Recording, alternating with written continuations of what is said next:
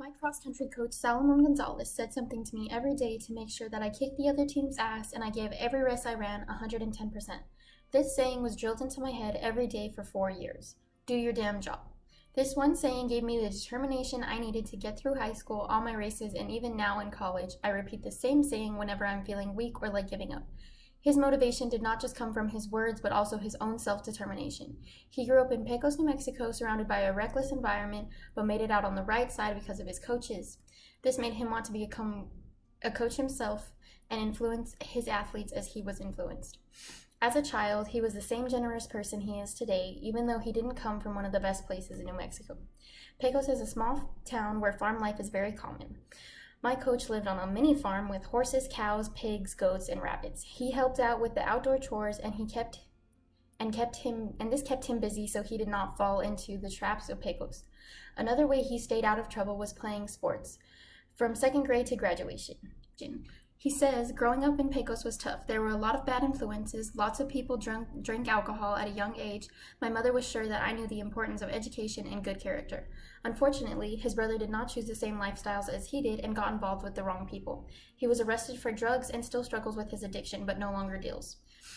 This gave my coach a compassion to help others and keep the youth from making the same bad decisions as his brother did.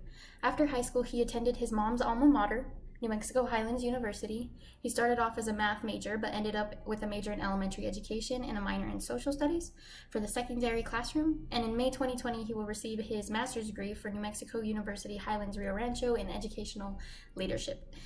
After college, he applied for many jobs until he found the perfect fit, Rio Rancho High School.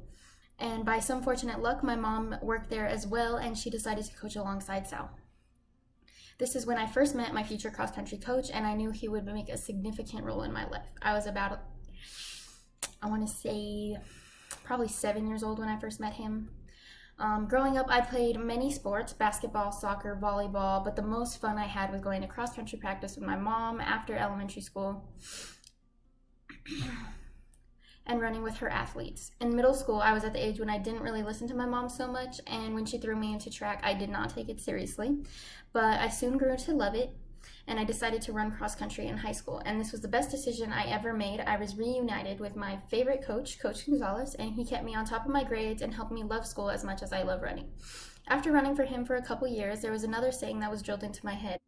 It's not something I can use in everyday situations, but I will carry it with me forever. Before every race, he would give us a pep talk, and at the end, we would all say together, "I love my team.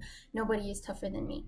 I really looked up to him as a person. He always had a smile on his face and brought joy to everyone around him. His overall presence made you yourself want to be a better person. He drove me to pursue all of my dreams, and he is a major reason I am who I am, and I am extremely grateful for that.